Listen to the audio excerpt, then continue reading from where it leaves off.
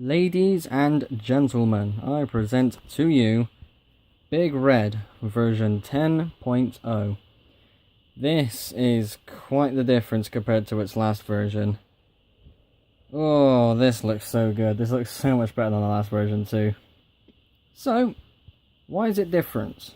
Well, if you look at some of the smaller trains, especially when you look at stuff like Hornby and the actual model trains, they hold so many details on those smaller trains. Just 6 drivers, loads of like stripes going down the boiler and big numbers and whatever else. It looks like a proper train because it is a proper train. Something as massive as it was, like a Quintaplex, can't really capture that many details. Whilst you could, it's not easy. So I kind of decided to step it down just a little bit. It's gone from Quintaplex to Quadruplex. The Emerald Champion will stay as a Quintaplex, so therefore I will have one on the railway. It's nice to keep one of them, I suppose. But yeah, I think sizing this down just a little bit was something I've been wanting to do for quite a while. I wasn't sure how I wanted to go about it, however, because it was mainly just for the boiler. This now looks like a proper, or at least a more realistic, locomotive. I still want to be able to have a big massive engine that uses a lot of drive wheels, so I've kept the ones on the first tender, as you can see there. I don't know what else I could use those wheels for, so again, it's nice to just keep them on these. But it looks so damn good. I will go through the entire locomotive from the front to the back. In fact, let me do that now. But before I do, let's just get a good look of this thing moving, shall we? It's very, very nice. Right then. So this is the new front look of the locomotive, and it is absolutely amazing. It looks so much better. I've removed a lot of bricks and I've shoved things around, and it does, to me, looks... it's because it looks more realistic. It's so good. There's no drivers underneath the cab anymore, and it looks amazing. So, here we are at the front, and I have kept the clock face. I think it's more of a big red thing to keep that face there. I did try and look for a standard black face like I've got for Emerald Champion and Emerald Knight. But I can't find one, and that's really frustrating. I know I've got another one somewhere, but I have no idea where the hell it is. So I'm going to have to dig around for that someday. But for now, they're going to stay there. The buffers are massive. These are the same style of buffers used on the Fallout's locomotive. Again, that sheer massiveness of them really makes it appealing, and for a massive engine like this, it would make sense. The top where the funnels are a lot more civilized. It's a lot more cleaner, as it will be for the rest of the boiler.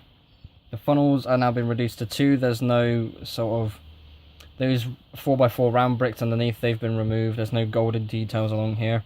I've still got the smoke details I can put onto. They're not actually pressed down, so I can just take them off like that. And even if I were to take them out, I think just seeing it like that looks really nice. But it also looks a bit naked, like you haven't got your hat on, so I just keep that there. So yeah, there's that thing. You may have also noticed the smoke deflectors. The past version of this train had the front funnel kind of sticking out like this.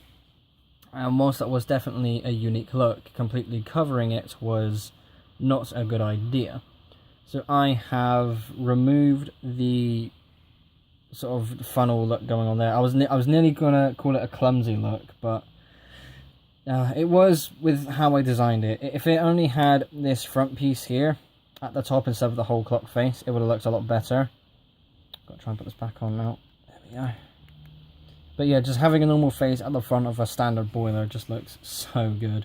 Even without the deflectors, it looks nice, but to kind of complete that look and fill that gap there, I've just got these 2 smoke deflectors using some tool bricks and the 1x4 special slip brick there as well. It's like he's got his hands up. You're doing this. That's how I kind of picture this. He's got his hands up. He just want to focus on what's in front of him. Yeah, that's a bit weird though. But still bloody good looking. Speaking of good looking, look at the wheels. Finally, we got some proper piston power. rather than that stupid pokey thing that I've used on most of my other engines. So I used to do this with my XXL quadruplexes. I've got this going on with my BR23 train, and now I've got it going on with this one too. So this looks really nice, and I do like that. There is there's this thing that I want to be able to do, and it's, well, to put this on all of my other trains. But it's this rod here, this extra rod that actually does the movement. I want to be able to put that on all my other trains, but it's not exactly an easy thing to do. So what I could do is use one of these bricks, but instead of having these two stud pieces here, it will only have one, and that's what I'm using as like the pokey. Let me show you. This, so this one basically, if I can get another one of them, head back down here to go where this is, just have one of these antenna pieces. I can get rid of this bit, and that will just create that detail. And whilst it won't show the most realistic thing ever, it is better than having the pokey thing that I just showed you. If you go to YouTuber Smith Movies, he's made a bunch of locomotives as well, and he's used that design technique where he doesn't have this rod, he's just got those there, he's got the rods and that's it. Because he's made realistic, you know, trains that are based on actual trains, they look good. But I suppose on something that's fictional, I suppose I would need to actually create that look. Yeah, it's something I'm still going back and forth with, but one day it all will look like this at some point.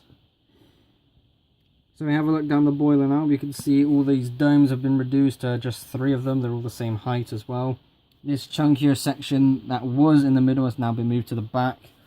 That has been something I've wanted to do, not a lot, but I thought if I was going to have, you know, this sort of chunky piece here, it would make sense for it to be at the back. When you look at the LMS Coronation class trains, which is my favourite class of locomotives, they have this look where it gets a bit more squared by the cab, and that's where this kind of comes from. That inspiration to move it back here and create that look comes from those locomotives. It looks really nice, and I've kept the number plate there as well, just for the sake of giving it a number. That is from the Toy Story Great Western Train Chase set. That's pretty good.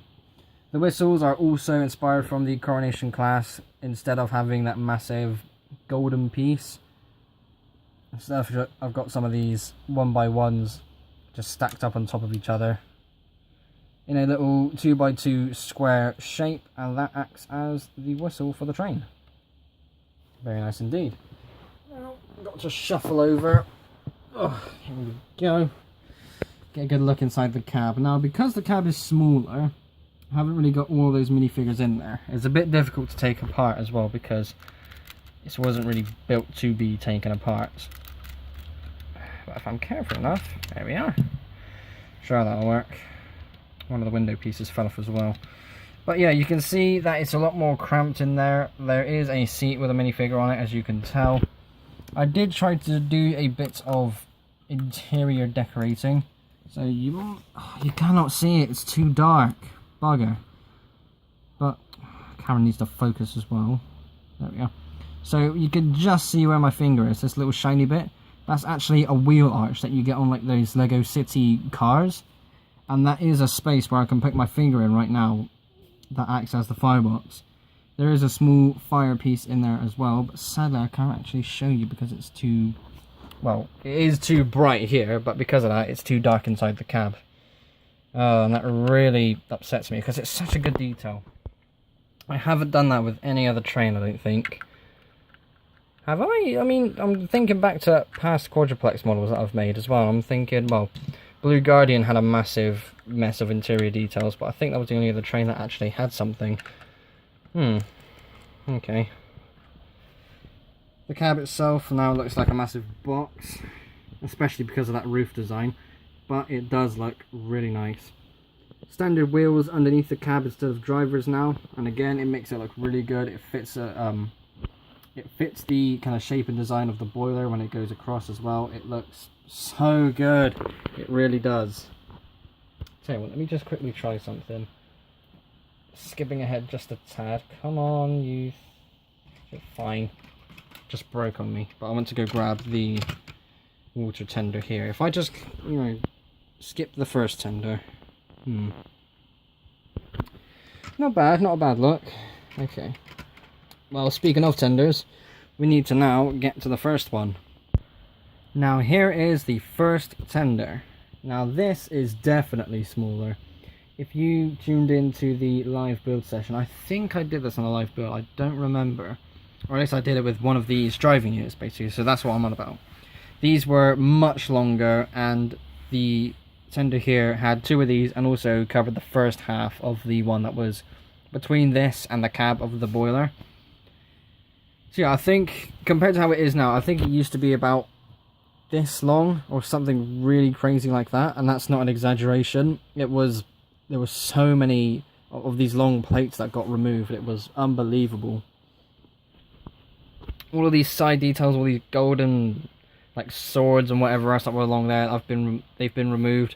I've kept these sort of wiry handle pieces just as a way of people climbing onto the side to give them a clean or something like that. And besides, it's a nice extra detail just to keep those there too. The coal bed itself is still full, and that does look absolutely amazing just to see a full coal bed like that. I might raise it all by 1 and put it all underneath a black set of tiles, because if you were to look down like this you can see the red, and that's not realistic in its own way. It would be full of coal. You wouldn't just see a bunch of red stuff underneath like a small layer on the top.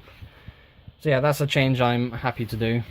It's going to take a while though, because I've got to get like a pair of tweezers and just ping all of these 1 by 1 pieces out. Goodness. But yeah, we got the driver wheels as I mentioned earlier. Very nice, very smooth. And another modification to the cab, as it is now tiny. This is definitely smaller than to the previous version. It's unbelievable. And again, like I mentioned earlier, the cab or the tender even came out to about here. So that much space being removed has made it a lot more difficult to try and fit minifigures in. I've got 2 minifigures in there at the moment. So you can see one of them has a shovel. Well, I think they've both got shovels in their hands, yeah. The one on the left side is actually got the shovel in the firebox, so to say, underneath where this tower is.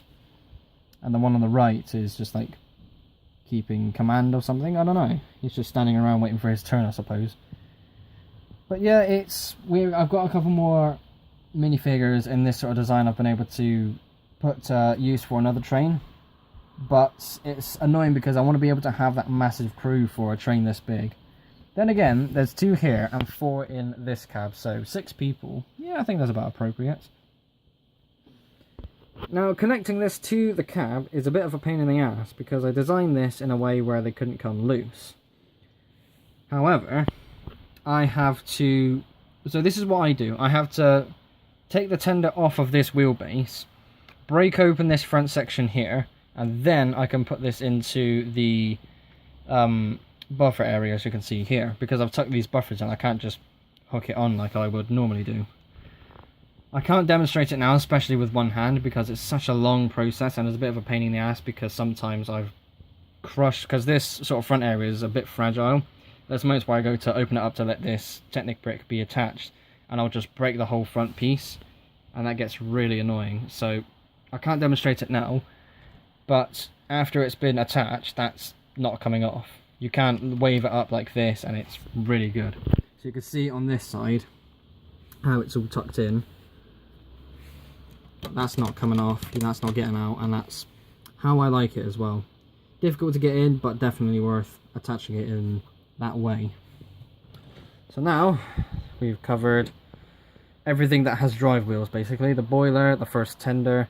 The smokestack is still here, by the way. We've still got two funnels, because why not?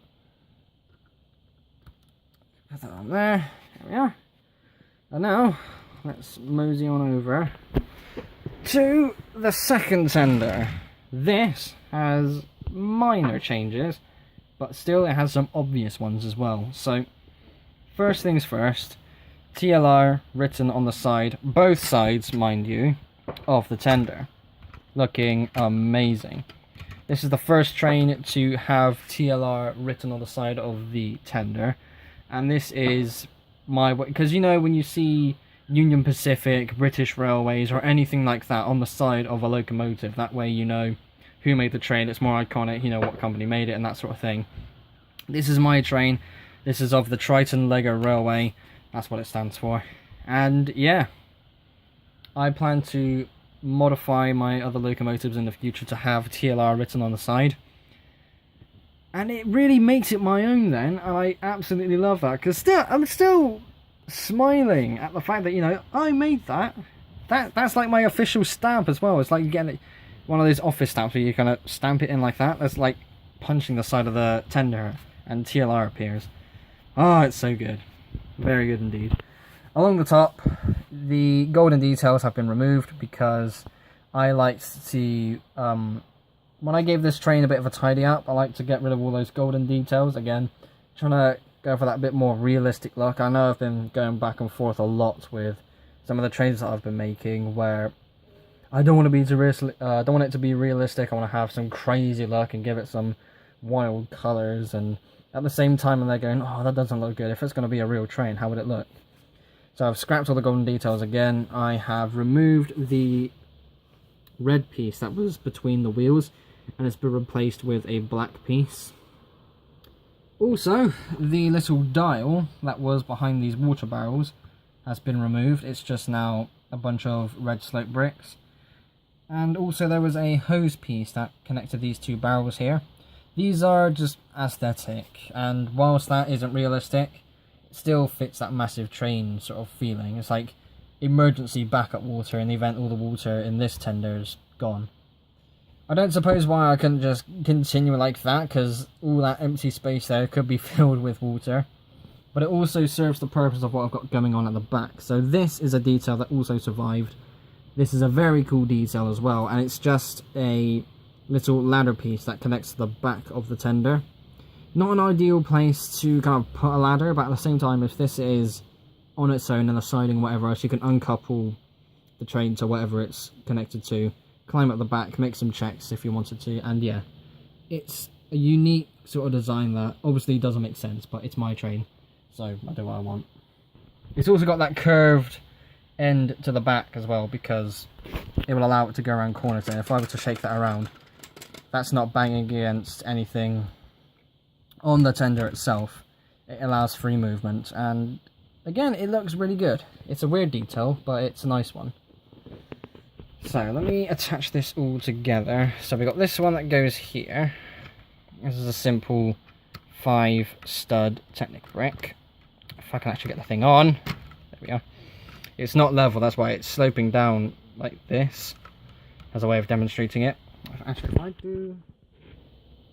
There we are, so you can see how it's sloping downwards ever so slightly. It's not level, but that's as close as I can make it, which is, again, frustrating, but I've got to deal with it. Now then, let me shuffle back over here. Let me attach these two. Give me a second, we'll round this thing up. And there we go. That is Big Red version 10.0. Still changing, still getting... Well, actually, no, it's not getting bigger, it's got smaller. Still getting better. There we go. There's a better word to use. He says again. But in all seriousness, wow. Just wow. Look at this train. This is a giant that I think would probably work in real life. You know, the triplex was a thing, so why not this? There is still one thing that concerns me, and it goes back to the wheels. So with the way that this is all built up, there's nothing really stopping this from being pulled out and just falling out. Whilst it has to be stretched out quite a long way, it is still possible. This happened a few times when I worked with the quadruplexes that had XXL wheels. And I'm still a bit worried that one day whilst I'm moving it around like this, the rod's just going to fall out. It hasn't happened yet, but it might do one day. I think I've got the grey Technic pins that I've got going on here. I think they're all strong and sturdy enough that they won't actually do that. I could replace the ones here with black ones, but I think that won't allow that free movement. I think that would force the rod to turn upwards. That is something I might toy with again in the future, but for now it works and I don't want to ruin it. Let's get another quick look of this thing moving. Oh, it looks so good! It looks so good. Wow. So yeah, there we go. Big Red version 10.0. Thank you all ever so much for watching. Be sure to like and subscribe if you haven't already. I will see you all in the next episode. Bye.